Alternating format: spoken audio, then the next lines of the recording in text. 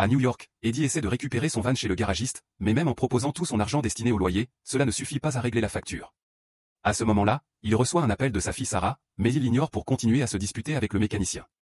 Eddie explique qu'il a besoin du van pour aller chercher sa fille et pour faire des livraisons, mais le mécanicien reste indifférent. Ensuite, Eddie reçoit un appel de son ex qui lui crie dessus parce qu'il n'est toujours pas allé chercher Sarah, qui attend encore à l'école. Elle lui reproche de ne jamais prioriser leur fille avant de raccrocher. De plus en plus désespéré, Eddie remarque un portefeuille appartenant à un employé sur la table. Il provoque le propriétaire jusqu'à être poussé contre la table, ce qui lui permet de voler discrètement le portefeuille. Après être parti, il vérifie le portefeuille et est déçu d'y trouver très peu d'argent. En arrivant sur la grande avenue, il cherche des victimes potentielles mais ne voit rien sans surveillance. Il commence alors à tirer sur les poignées de porte des voitures dans l'espoir d'en trouver une ouverte, en vain. Une des voitures abrite un chien qui aboie, ce qui effraie Eddie, mais il finit par se lier d'amitié avec lui et lui donne même de l'eau. Eddie tente ensuite d'appeler ses amis pour leur demander de l'argent, mais personne ne l'aide. Acheter des billets de loterie ne donne rien non plus car aucun d'entre eux n'est gagnant. La prochaine fois que Sarah appelle, Eddie décroche enfin et doit écouter sa fille lui reprocher de l'abandonner, même si elle lui dit aussi qu'elle l'aime encore. Après l'appel, Eddie remarque un SUV très luxueux garé dans un parking isolé. Il vérifie la porte et, à sa grande surprise, elle est ouverte. Il entre immédiatement et commence à chercher des objets de valeur, mais ne trouve que des lunettes de soleil. Lorsqu'une personne passe à proximité, il détourne le regard pour cacher son visage. N'ayant rien trouvé à voler, Eddie se prépare à partir, mais découvre que la porte s'est refermée et est maintenant verrouillée. Paniqué, il essaie d'ouvrir les autres portes, sans succès. Quand une autre personne passe, il se cache à nouveau. Puis, il tente de casser les vitres en les frappant, mais elle ne se fissure même pas. Soudain, une tablette sur le tableau de bord commence à sonner avec un appel provenant d'un contact nommé « Réponds-moi ». Eddie l'ignore et continue de chercher une issue, sans se rendre compte que quelqu'un l'observe à travers une caméra cachée dans la voiture. Finalement, il trouve une clé en croix dans un compartiment et frappe la vitre avec, mais cela ne fonctionne pas non plus. Après que la tablette cesse de sonner, Eddie brise le panneau de la porte et y insère sa main, se blessant accidentellement avec un morceau de métal. Peu après, la tablette sonne de nouveau mais Eddie continue de l'ignorer tout en essayant de démonter le panneau, ce qui ne libère pas la porte. Il tente alors d'utiliser son téléphone, mais il n'a pas de signal. N'ayant plus d'option, Eddie finit par répondre à l'appel et rencontre William, le propriétaire de la voiture. Eddie l'insulte et exige qu'il le libère, mais William se contente de rire et utilise les sièges pour lui administrer une décharge électrique en guise de punition. William explique que sa voiture a été cambriolée 6 fois sans qu'aucun voleur ne soit arrêté, alors il a installé un système de sécurité spécial transformant le véhicule en prison. Pris de panique, Eddie sort une arme de son sac et tire sur la vitre, mais la balle rebondit contre le verre par balle et atteint sa jambe, le blessant grièvement. À ce moment-là, une femme se gare à proximité et Eddie tente de demander de l'aide, mais les vitres sont teintées et insonorisées, alors elle se sert simplement de son reflet pour se recoiffer avant de partir. La jambe d'Eddie saigne abondamment, mais William refuse d'appeler une ambulance, prétendant être lui-même médecin. Lorsqu'Eddie réessaie son téléphone, il ne capte toujours pas et William précise que la voiture brouille tous les signaux. Nouer ses lacets autour de sa jambe ne suffit pas à arrêter le saignement, et William continue de lui administrer des décharges électriques dès qu'il dit un gros mot, si bien qu'entre la perte de sang et les décharges, Eddie finit par perdre connaissance. Lorsqu'il se réveille, il fait nuit et il pleut. À sa grande surprise, ses blessures à la jambe et au bras ont été bandées. Il fouille son sac à la recherche de quoi se ravitailler, mais sa bouteille d'eau et son paquet de biscuits sont vides. Le lendemain matin, William rappelle et essaie de lui raconter une histoire de sa vie, ce qui fait craquer Eddie. William le punit avec une nouvelle décharge avant d'allumer la climatisation et de faire passer de la musique tyrolienne. Au début, Eddie trouve la chanson supportable, mais au bout de plusieurs heures, il devient complètement fou. Cette nuit-là, il a si froid qu'il utilise les housses de siège comme couverture. Lors du prochain appel, Eddie présente des excuses sincères et promet de ne plus être impoli. Sans dire un mot, William éteint la climatisation mais refuse toujours de le libérer. Le matin suivant, Eddie urine dans la bouteille vide avant de commencer à détruire l'intérieur de la voiture pour essayer de s'échapper, mais rien ne fonctionne. Lorsque William l'appelle pour se moquer de lui, Eddie remarque quelqu'un qui l'observe depuis un balcon donnant sur le parking. Il commence à parler, mais dès qu'Eddie devient insolent, il est de nouveau électrocuté. Cela ne l'empêche pas de faire remarquer à William que s'il le laisse mourir, il aura des problèmes. Eddie précise qu'il n'a jamais tué personne et que son arme est uniquement pour sa protection. Pourtant William s'en moque, considérant que la police est composée d'incapables, et qu'il ne risque rien. William confie aussi qu'il a un cancer et qu'il ne lui reste plus que 4 mois à vivre. C'est pour cette raison qu'il veut faire une différence. Puisque le système judiciaire échoue, c'est à lui de rendre justice. Il demande à Eddie son numéro de sécurité sociale pour vérifier son casier judiciaire. S'il s'agit de sa première infraction, William se montrera plus indulgent, sinon, il menace de lui couper les doigts, comme cela se pratique dans certains pays pour punir les voleurs. Eddie refuse de donner son numéro et souligne que si des gens volent, c'est parce que le système a échoué à leur fournir un emploi tandis que des riches comme William monopolisent toute la richesse. Un William offensé le taserise à nouveau et termine l'appel pour relancer la musique. Le soir, la température dans la voiture commence à grimper et Eddie doit se déshabiller pour supporter la chaleur insupportable. Il a l'impression que la pluie se moque de lui et envisage même de boire sa propre urine, mais il n'arrive pas à s'y résoudre. William l'appelle pour lui proposer de l'eau et une température normale en échange de son numéro de sécurité sociale, et Eddie n'a pas d'autre choix que d'accepter. Une fois qu'il a obtenu le numéro, William coupe le chauffage et révèle qu'il avait caché une bouteille d'eau sous le siège lorsqu'il était venu soigner les blessures de son prisonnier. Après avoir bu toute la bouteille d'un seul coup, Eddie essaie de s'endormir mais quelque chose dans la poche de sa veste le gêne.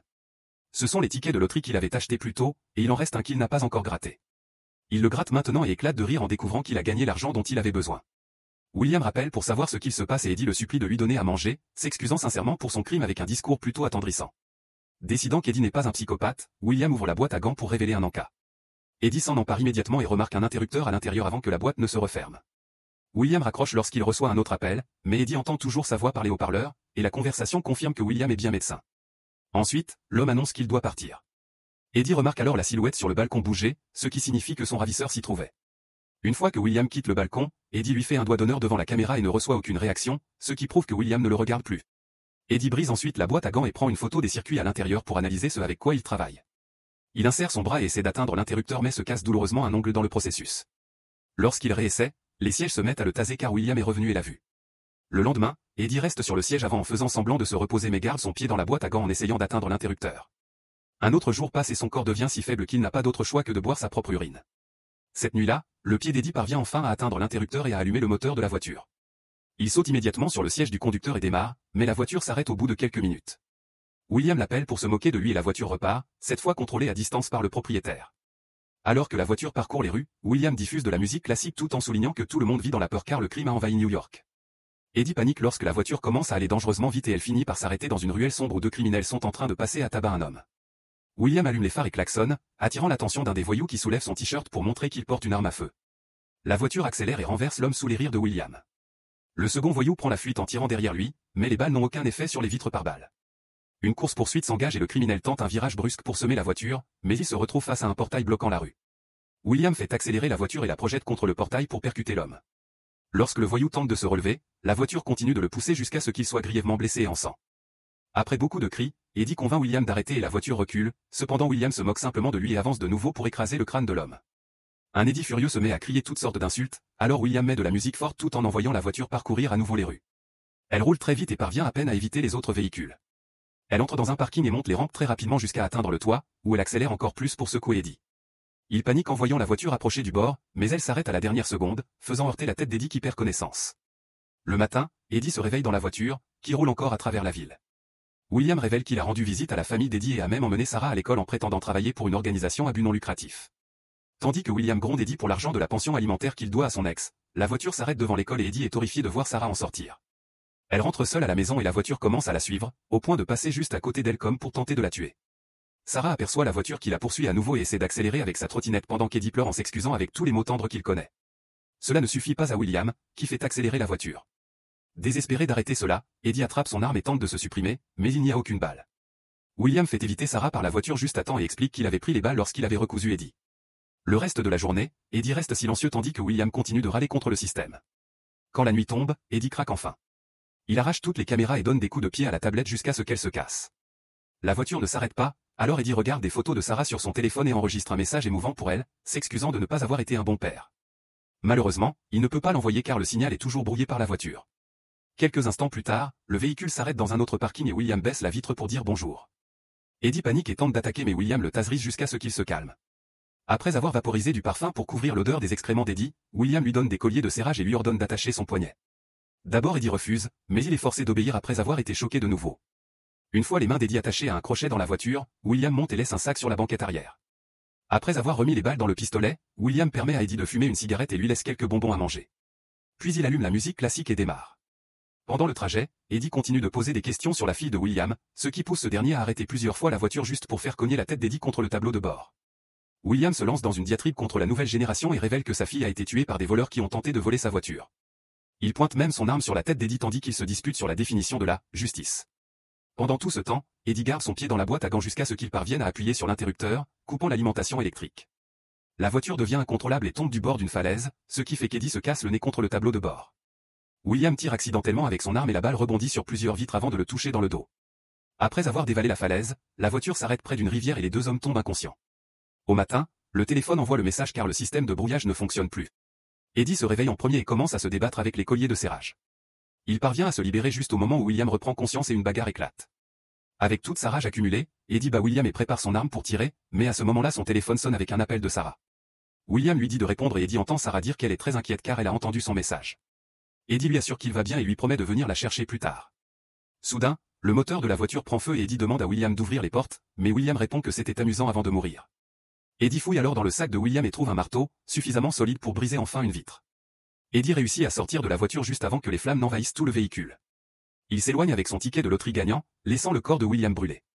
Lorsqu'il atteint la route, un conducteur le voit en sang et lui propose immédiatement de le conduire. Quelques instants plus tard, Eddie se rend au garage pour récupérer son van, mais le mécanicien n'a pas encore fini les réparations.